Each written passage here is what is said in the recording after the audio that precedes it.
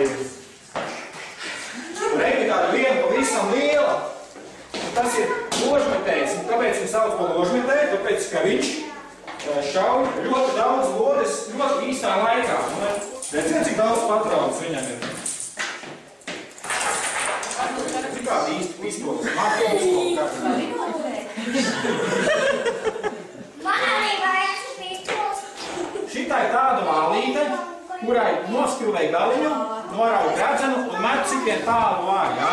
Un tad liels sprādziens, kā pa jauno gadu, kad šauj salūti, apmēram tāds pats liels blīšas, liels troksnis, ja? Un uz visām pusēm uguns šauj. Nezinu, kāpēc tās kumpiņas ir vajadzīgas priekš kā? Dzelzs kumpiņu zābakiem. Tas tāpēc, ka karavīru sātu skrien, lai pa ziemu kājas neslīd pa ledu, ja? Pistolītes, visu sikstiņas, rodas. Dāmi, tu vienmēr klausi, jo tāpēc, ka armijā ir ļoti svarīgi, lai tu klausītu savus komandierus. Dotajā brīdī tev tavējie komandieru skolotājs nav zinātājs. Dāmi, tu klausies? Ir tāds liels ierocis, ja?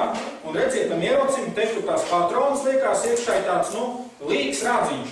Un šādi, lai būtu daudz patronas, reku tie radziņi saliekās šādās te kabatās iekšā, ja? Un tas var saskaitīt, cik viņam ir radziņi, ja? Viens ir automātam visu laiku līdz, ja? Un tad vēl karavieram līdz 6 radziņi. Un faktiski karavieris zina, ka viņš vienlaik kaujai gatavs, ja? Var paturēt. Tu jau būs kā nākamais karavieris. Ko viņi sargā? Zemi. Mūsu zemīti, jā. Ja karavīram jābūt ļoti spēcīgam, lai viņš varētu aizstāvēt sevi un savu tēvu zemi, jā. Maza mana tēvu zeme, 2 roku platumā. Mīļa mana tēvu zeme, 2 roku siltumā.